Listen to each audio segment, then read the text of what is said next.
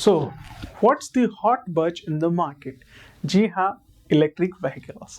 अड़ोस में पड़ोस में ऑफिस में delivery boy, commercial vehicle, public vehicle, bike taxi, car taxi, so much of EV in demand. और इसी पहाड़ जैसे विशाल डिमांड को ओला इलेक्ट्रिक ने पूरा करने का प्लान बनाएगा चालू कर दिया है। So Ola now dominating the electric scooter market with a 35% share. As per in November 2023 data, ओला की 30,000 प्लस ईवी रजिस्टर हुई है। ओला 30% मंथली ग्रोथ रजिस्टर कर रहा है और ईयर ऑन ईयर 82% का ग्रोथ है। तो ओला इंडिया का टेस्ला है। Ola is building world's largest EV hub in Tamil Nadu, India, which will put India on a global map for EV production. तो जल्दी से बढ़ने और मार्केट कैप्चर करने के लिए चाहिए ढेर सारा पैसा ओला इलेक्ट्रिक्स को। तो फाइनली आ रहा है ओला का आईपीओ, ओला लेके आ रहा है। तो क्या मैं अप्लाई करूंगा? क्या आईपीओ सक्सेसफुल होगा? क्या इसका प्राइस सही है? कितना रिटर्न दे सकता है? क्या रिस्क है? सब कुछ इस वीडियो में। अगर आप चाहते हैं आपको क्वालिटी कंटेंट मिलता रहे तो हमारा मोटिवेशन भी जरूरी है।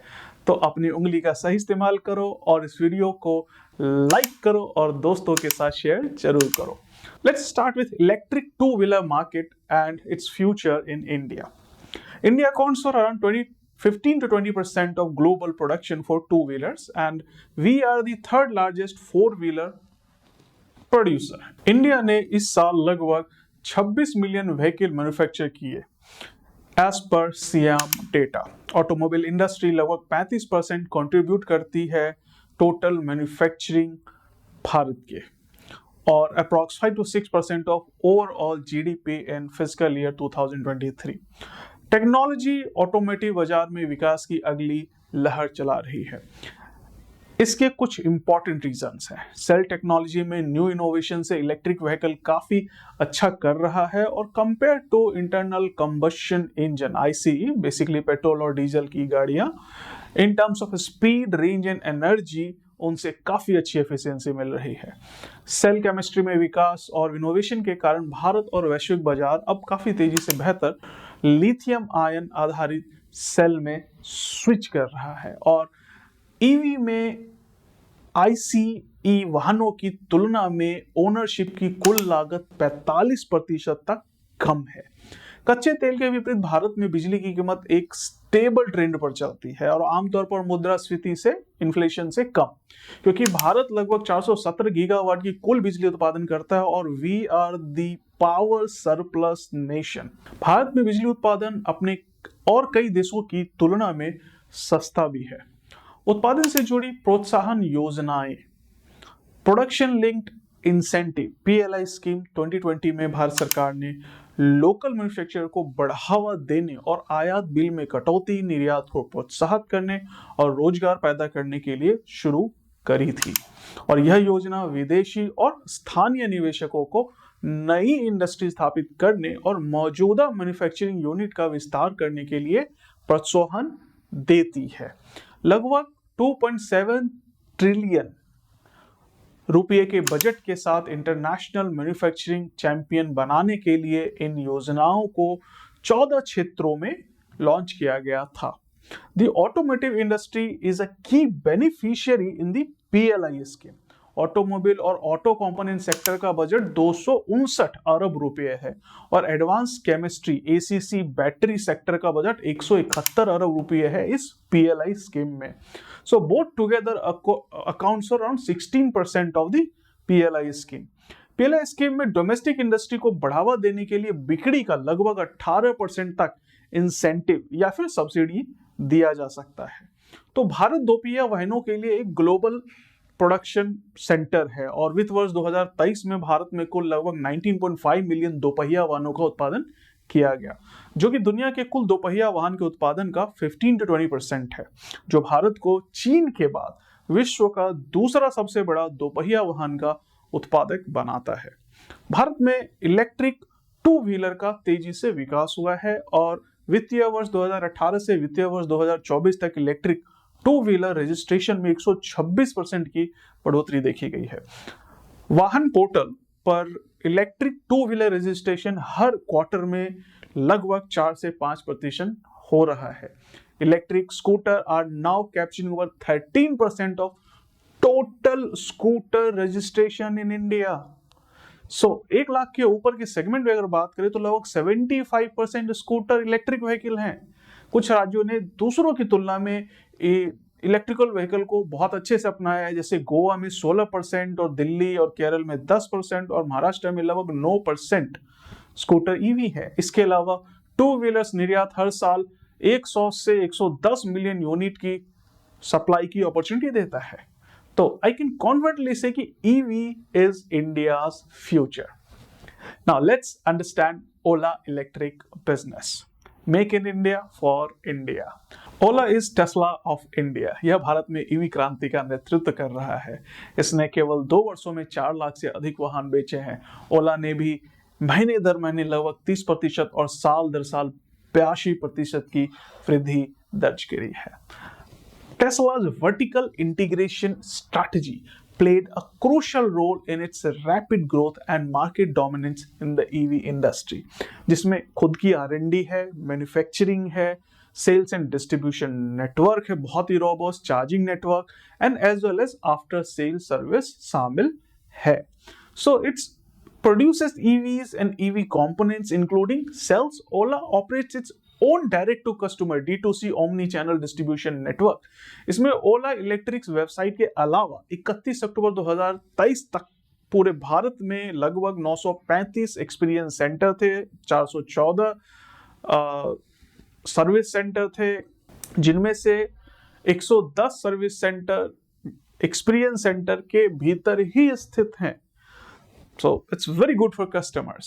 Now, ओला ने भारत में सेल मैन्युफैक्चरिंग करने के लिए भारत की पहली सबसे बड़ी गीगा फैक्ट्री में एक का निर्माण किया है।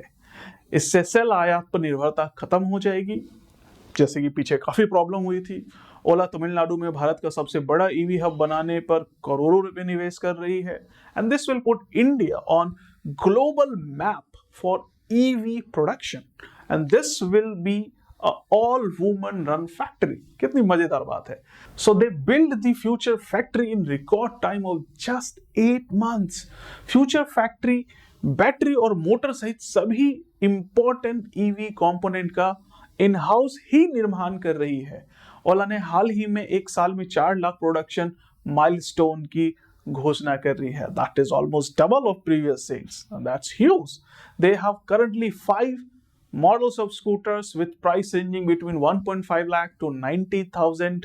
Ola has announced a line of electric motorcycles, scooter के बाद motorcycle, comprising of the Cruiser, Adventure, the Roadster and their flagship motorcycle, the Diamond Head, जो कि 2026 में पहली छमाही में फर्स्ट मिड में उपलब्ध हो सकती है मार्केट में। ओला एकमात्र भारतीय ऑटोमोबाइल कंपनी है जिसे सेल PLI योजना में, जो गवर्नमेंट की योजना है, उसमें 20 गीगावाट आवर्स क्षमता से सम्मानित किया गया है। ओला ACC PLI योजना का सबसे बड़ा बेनिफिशियरी है। Financials and growth so far.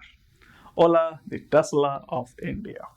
Ola electric एक हाई ग्रोथ कंपनी है और जून 2023 को समाप्त 3 महीनों के लिए बाजार की 31% हिस्सेदारी के साथ EV टू व्हीलर सेगमेंट का अब भारत में मार्केट लीडर है, जिन्होंने वित्तीय वर्ष 2022 की तुलना में वित्तीय वर्ष 2023 में लगभग 7 गुना वृद्धि की और उनके वित्तीय वर्ष 2024 में 5,000 करोड़ का सेल्स का टारगेट है, जो कि अचीवेबल लगता है।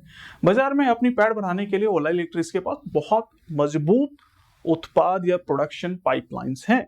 And new electric scooter S1X will start delivery in the first half of 2025, and also line of motorcycle, as I told you, gonna delivered in physical 2026. So this can be a game changer for Ola Electric. तो इसलिए investors काफी aggressive हैं ओला में investment के लिए।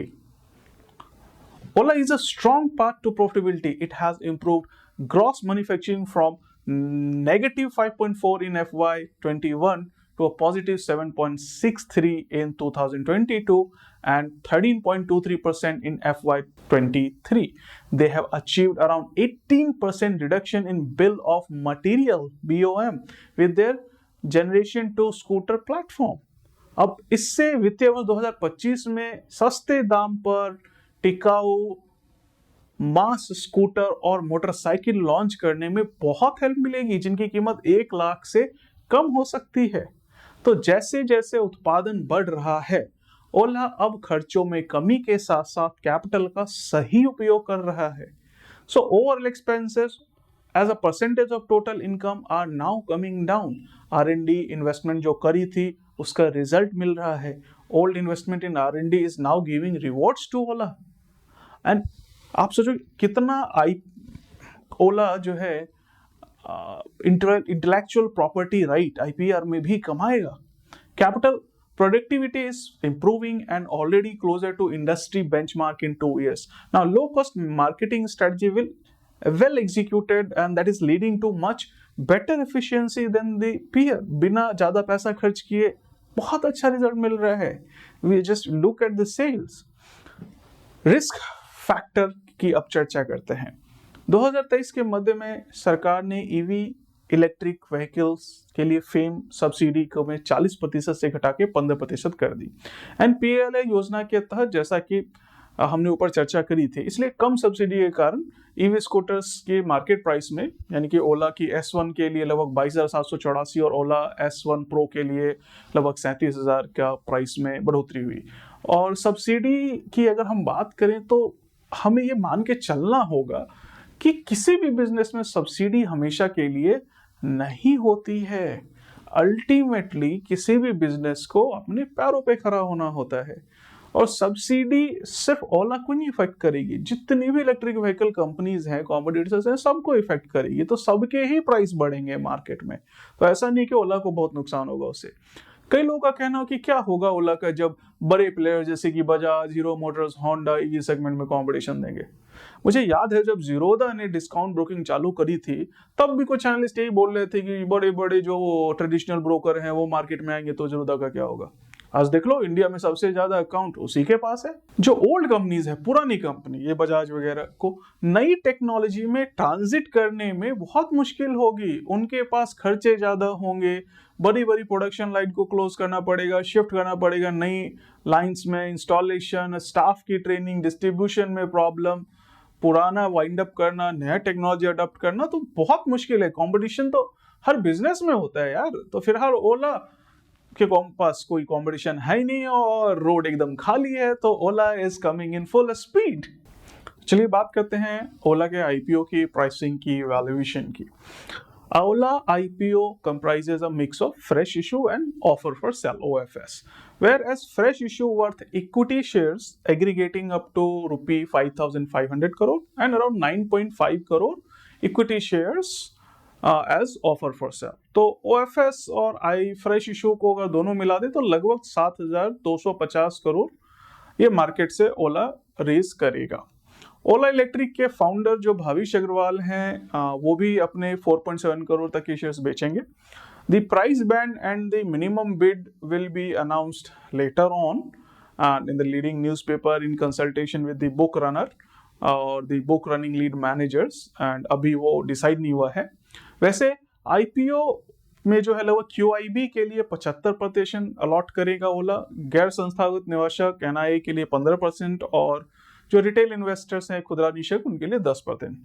तो as per the draft red herring prospectus, the proceed from the fresh issue will be allotted for various purposes like 1226 crore Ola cell technology giga bike, जो giga factory है उसमें इन्वेस्ट करेगा।